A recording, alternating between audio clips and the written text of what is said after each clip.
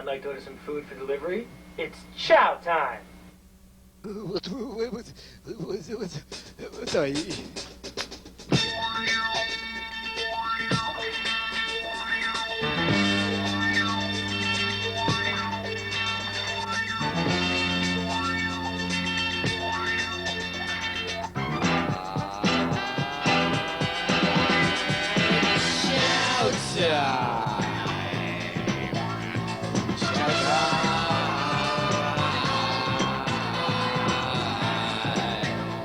Video review.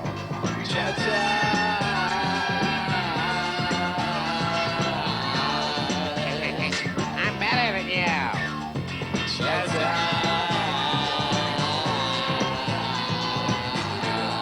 We're better than Siskel and Ebert, too.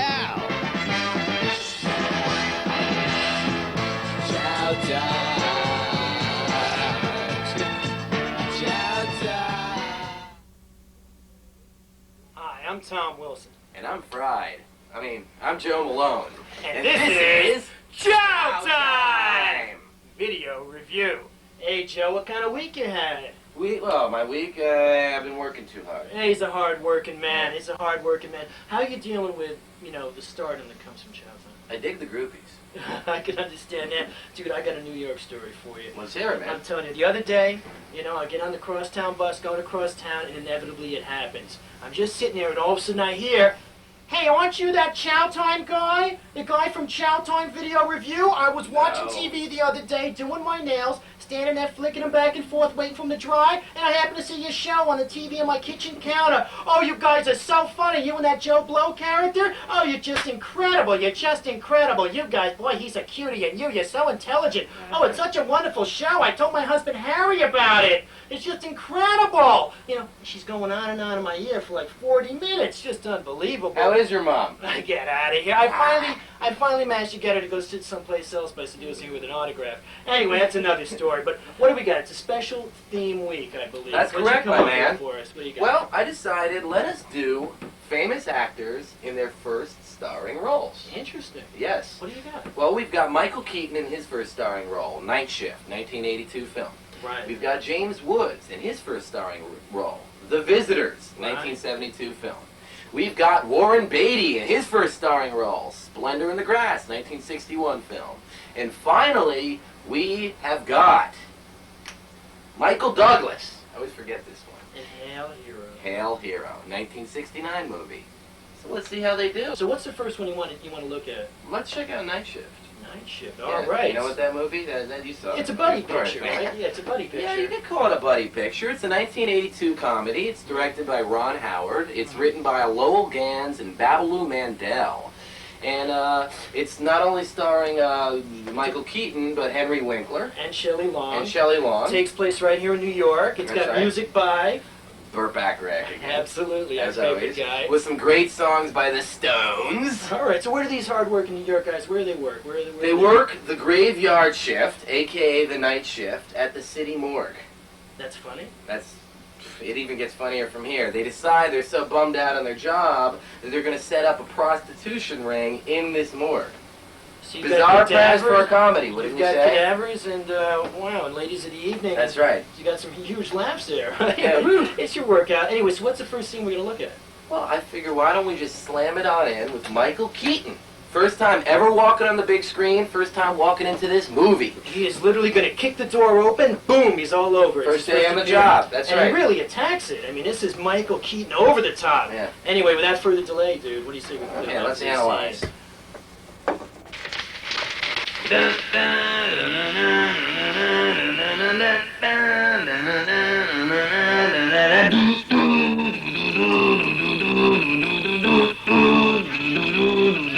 Double Jack Flash. Hi. How you doing? I'm Bill Blazejowski. You call me Billy Blaze. You must be Chuck, right? Nice shoes. Hey, this is all right. Guess this is where I'm going to be working. I'm your new partner. Swish! Ah, they're going crazy in the arena. They can't believe it. It's unbelievable. This is great. What's our job? We'd like drive around and pick up stiffs or what? Is that what we're supposed to do? Hey, Chuck, who's this? Wife? Fiancé. Oh, Nice frame. Yeah, okay, we can make stuff, we can read, coffee. This is great. I like it. You wonder why I carry a tape recorder? It's to tape things. See, I'm an idea man, Chuck. All right? I get ideas all day long. I can't control them. It's like they come charging in. I can't even fight them if I wanted to, you know? So I say them in here, and that way I never forget them. See what I'm saying? Okay, here's an example. Watch out. Stand back. This is Bill. Idea to eliminate garbage. Edible paper. All right, so how'd you like that first scene? Anyway, so what's going to happen is these two guys are going to end up being buddies. You got Michael Keaton, you got Henry Winkler, and you can obviously see that Michael Keaton is the over-the-top, he's the overly enthusiastic, optimistic guy, hyper for life, and Henry Winkler's the quiet, mousy librarian type. Right, Schlemiel, slap. Right, they're kind of opposites. So what happens in this scene is that there's this, Henry Winkler, he has a woman who is a lady of the evening, who's his neighbor, becomes good friends with her, he may be attracted to her, we'll find out, and she's lost her pimp, and her fellow co-workers have no protection on the streets. So Henry Winkler is afraid he might be beaten up by customers, have a real hard time. So him and Michael Keaton say, we can help you out. No one supervises us at night. We'll Got run this huge morgue. Right, we'll run your business, and out of the morgue, and we can deliver you, and he's bigger, hers. Right. So Best limo in the world, I guess. in this scene, we're going to see a clip from Michael Keaton holding a seminar, showing the ladies, why exactly him and Henry Winkler have what it takes. And they should be their big daddy pimps. Yeah, to be their big daddies. So let's check it out. A lot of times it'll help you to understand a word if you break it down. So let's do that now, shall we? Tross doesn't mean anything. Forget about that. Tit, I think we all know what that means. Two, okay, two, tit. And shun, of course, from the Latin to shun, to say no, thank you anyway, I don't want it, to push away. Doesn't even belong in this word, really, so let's get rid of that. If I can take a moment here, and I mean this, what I'm about to say. I feel a lot of love in this room. Alrighty, it's time for the New Zoo review coming right at you. Night Shift. I liked it. Very funny movie. This is what Michael Keaton does best. He's geeky, he's enthusiastic, and he's just bubbling with that kind of wacky, in-your-face thing, and he does it well. I have to agree. Yeah? I think it's one of the best things he does. Yeah. He should get back to doing some That's more right. of that. It truly is a star-making performance. Henry Winkler is just as good, I think, as Michael Keaton. He has a harder role in that he has to play a schlemiel, and yet he's hilarious. Very hard role to do. I've never seen Henry Winkler better. I always thought he was good. He's good as the Fonz, but he's excellent in this. They deal with prostitution on a very sweet level, which gets me to the one point that begins to annoy me, though. For some reason. You haven't mentioned Shelley Long yet. She annoyed me, and the prostitutes annoyed me. Maybe because I thought they were so fake. Like Pretty Woman, here they are trying to be hookers, and yet they're sweet. They're like, oh, this and that, and Shelley Long doesn't come off like a hooker at all. So the hooker with a heart of gold, it didn't work for you? Did not work for me at all. But I give it a 7.5 on the strength of the comedy. There you go.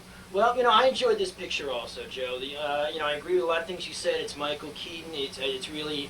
him at his best, right. And for his early work, it's great. His first work, and Henry Winkler is a straight man doing something entirely the opposite of the Fonz. Pretty funny, though, right? He's good. And he comes off like schleppy. Right, he is good. I thought that the overall premise, while truly absurd, they managed to push through the whole movie with it. Right. The morgue, the prostitution, everything else.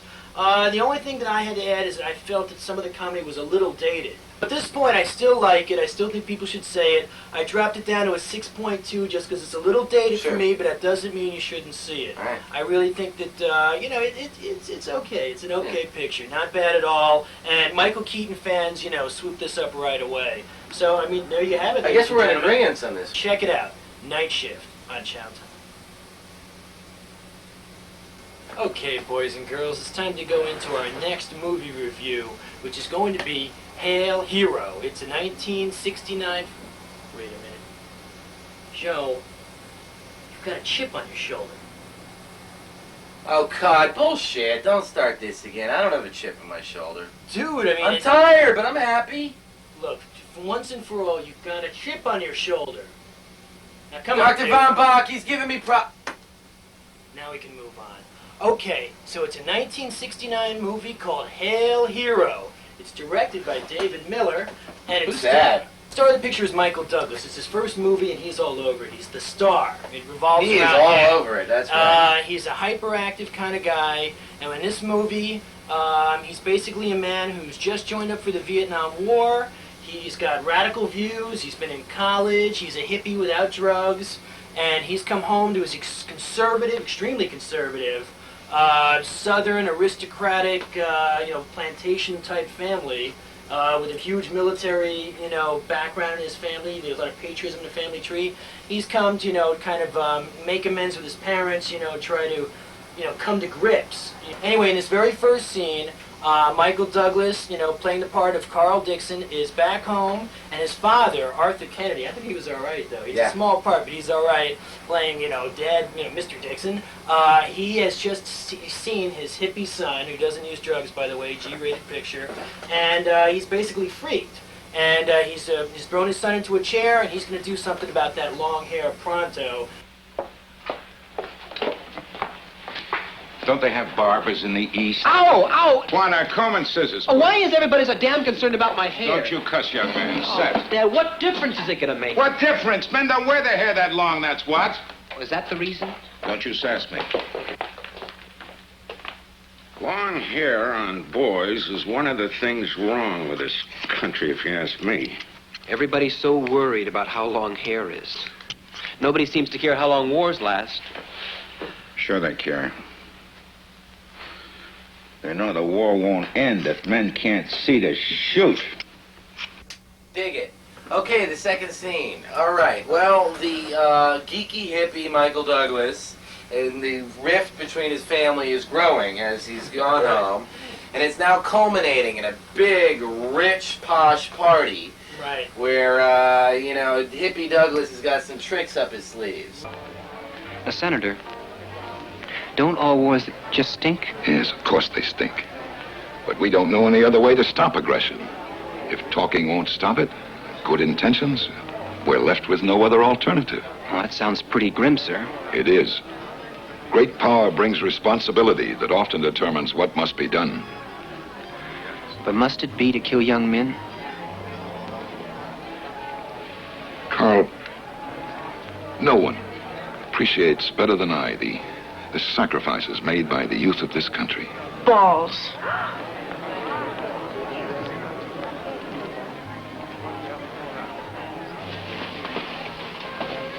Oh, I'm sorry. Now that, Senator, was the voice of youth. Obviously. Okay, ladies and gentlemen, we've come to the critique point of our review for Hail Hero. Well, I gotta say, this is Michael Douglas's first picture, and he's all over it. It's a big role.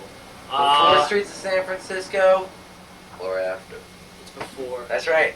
And basically with this picture, he's it seems like he's overacting. He's playing a hyper character. It's got a lot of natural energy. God, He's a nut. He's a nut. He never seems to slow down. He does some wacky. He's a geek. He's a Yeah, nut. he's gripped his nut tight, and a lot of things in this movie are not really resolved clearly. I but, agree. There's something about this picture's kind of cute. I agree, too. I didn't puke and spit up. I actually just kept watching along. Right. It's not a great. I laughed at it a lot, sometimes inadvertently. Right, they didn't mean it to be But funny. I laughed, It's right. funny now. Right. In a nutshell, ladies and gentlemen, this film is watchable. It's not great, but it's easy watching. It is Michael Douglas's first picture, and you're never going to see him so hyper and out of control again. Yeah. The same way that it works great for Michael Keaton, and when he's hyper, you look at Michael Douglas and say, I don't know about that. But hey, Right. it's not terrible. I gotta know about that. He wins you over with Yeah, pure energy. If nothing else, pure energy. It's pure energy, and so I'm going to energize this film to the tune of a 5.9. Well, guess what? I'll give it a 6. Oh, excuse me. 0.1 away. So far, we're Tom, on base. we are agreeing, which doesn't surprise me. 19-year friendship. But really, Maybe we're in reach 20. agreement here. Yeah. I don't know if we'll have the whole show that way, but so far, so good. It's And good. anyway, next up on the shopping block, might as well not even cut it, right? Hey, go right to it. Go right Okay, a 1972 film entitled The Visitors. It's directed by Elia Kazan. It's written by his son, Chris Kazan. Right. And it's starring James Woods in his first movie, as well as Steve Railsback. And It's also got Patrick McVee as the grandfather. the premise is as follows. James Woods has come back from Vietnam War, and apparently it wasn't a hit. He had some real problems with his sergeant and his fellow soldiers. He had them court-martialed. It was a bad scene.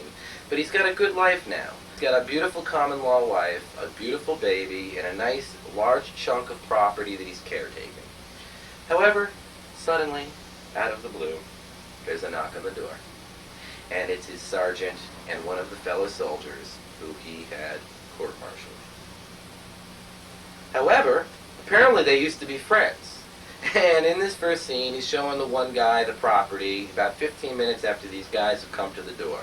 And that's what we're going to check out. So let's see it in D'Italia right now on Showtime. Did you know where I lived? Sarge had your address. I'm his lawyer, in case you had to testify in the appeal. I told it all the first time. Yeah. I know. Anyway, here we are. But why? I just wanted to tell you. What? That I forgive you. Anyway, no hard feelings. No. Okay, in this next scene from The Visitors, the movie's progressed a bit, and Grandpa showed up on the scene. He's played by Henry Wayne, and he's the father of James Woods' common-law wife, the man who actually owns this enormous spread that they're living on.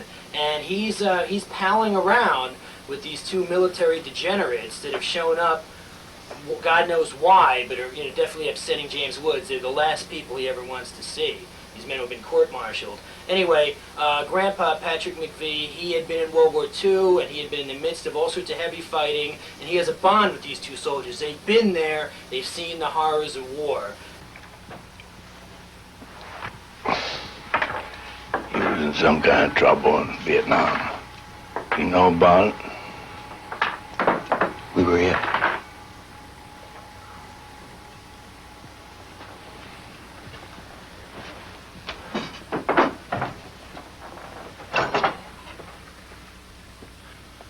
Yeah? What happened? I was leading a patrol. We found a woman at Viet Cong. Had to shoot her, couldn't take on patrol with us, and Bill turned us in. He turned you in for that?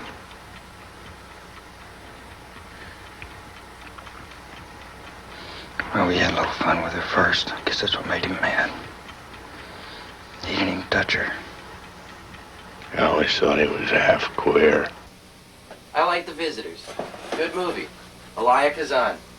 It's a home movie, strangely enough. I don't know, he didn't have a big budget, or he decided not to shoot it on a big budget. It might have been shot with a 16mm camera, with an excellent script by his son. A very different movie. I found it artistic. I dug it. I surprisingly liked it for a change of pace.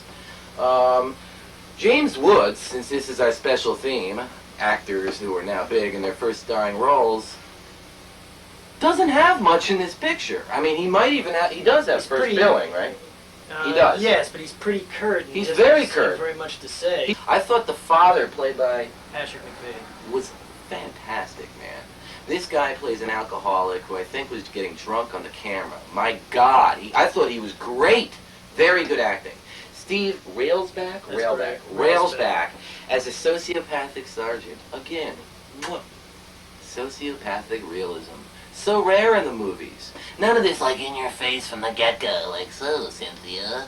None of that garbage. This movie also has a great ending. I'm not going to give it away, but I found it to be literate and artistic. I give this film a 7.3.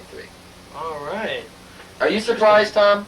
Very interesting, because I have to say, I thought this was one of the most despicable movies I've ever seen. I hated every minute of it. It was painful for me to watch. I don't think anyone should ever see it. Your review was interesting, but I felt entirely the opposite, I have to say. Why? For me, it was just a disturbing picture. It was dreadful. I felt that when these two, military sleazebags showed up on the scene, that it wasn't very convincing, the rationale for why James Woods puts up with them. The other thing is, you know that something's going to happen, and you have a pretty good inclination it's going to be very negative, and so you already know the entire picture was going to happen, and they take forever to get to that point. But it's not what you think's good. What I thought was going to happen doesn't happen. And what I thought was going to happen did happen, and the tension was so thick you could cut it with a knife, but it's disturbing. God, I mean, the film did sicken me. I respect your review, you know, and if you like what Joe has to say, go out and check it out. But I personally... Real change of pace picture, man. I wouldn't recommend this to my worst enemy. And I think it would just sicken anyone who watches it. So we're really on different ends with this one. You know, America, it's up to you. What did you give it? I give it, I haven't even said it, I give it a 1.9. And the only reason why I give it a 1.9 as opposed to the old 00 is because I thought that Patrick McVee had an all-star performance. James Woods is not really there. You kind of agree with me there, too. Oh, it's absolutely, not awful. Yeah. The reason why I destroyed this picture is because of the script. I found it to be deplorable. Fantastic script, in my opinion, with little idiosyncratic elements. If you consider this film, you'll be sorry, and it's not the type of film to watch with your sweetie. I'll tell you that much. Slice of life with no Coca-Cola inserts. I dug it. Don't watch it. Anyway, you've heard it from Chowtime. Make your own opinion, and That's let right. us know what you think. Yeah, Watch right. the credits at the end. Chowtime. Okay, the last picture we got this week, Dr. Joje, is a classic. Not to be confused with Dr. Von Bach. Of course. Yeah. Everyone here operates. Anyway, the last picture is Splendor in the Grass. It's a 1961 picture. It's also directed by Elia Kazan. It's the first movie with Warren Beatty in it. It was after he'd been on TV for a while. Dr. Von Bach, what was that TV show? Das Many Loves of Toby Keaton. That's right, where he was playing second fiddle to Gilligan. That's right. The lives do change. Anyway, in this picture there's also Natalie Wood, and Sandy Dennis has a small role. Maybe her first picture. This picture takes place in late 1928, early 1929. Depression era. Right, leading up to the Depression era. Fact, not fiction. And the stock market crash. And that'll play kind of a bit of a pivotal role in this picture. Anyway, this first scene we're going to look at, it's Young Love. Warren Beatty and Natalie Wood are just about ready to explode all over the camera with their pumped-up passion for each other. And they were in love in real life. Oh, I didn't know that. Yeah, they fell in love on the set. Warren, you sly dog. Yeah, really? Not very surprising, huh? No, no doubt at all. It's the beginning of many conquests. A good haircut can go pretty far, you know, with Warren Beatty. Anyway, in this first picture, we're going to see some hot young love. We're going to see some people who want to get it on, pardon my French, but, you know, society and, you know, and old world values are holding them back. But...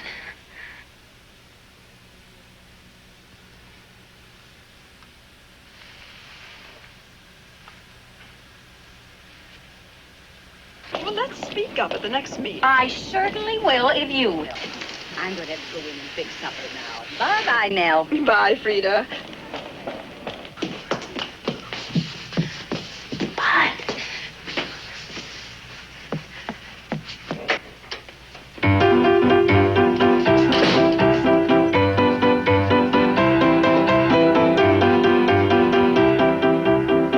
Hi, Mom. What can I say? What do we have to say about this clip?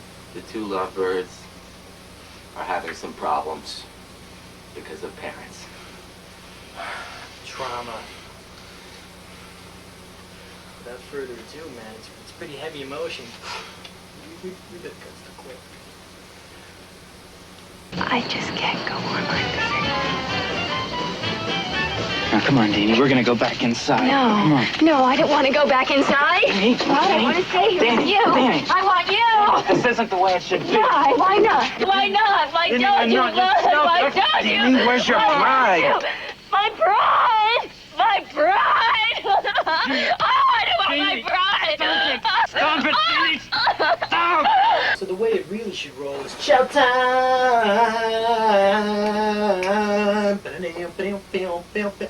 Chow time. That's how it is goes. Oh, yeah, you're right. Is goes. I'm Tonto. Nice to meet you.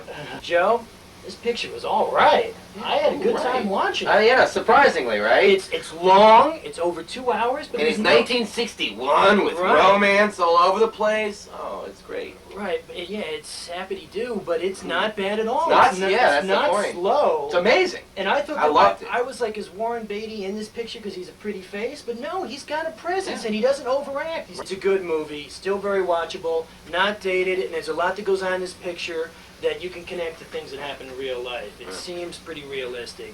I like this picture. I'm giving it a 7.5. I think everyone should check it out.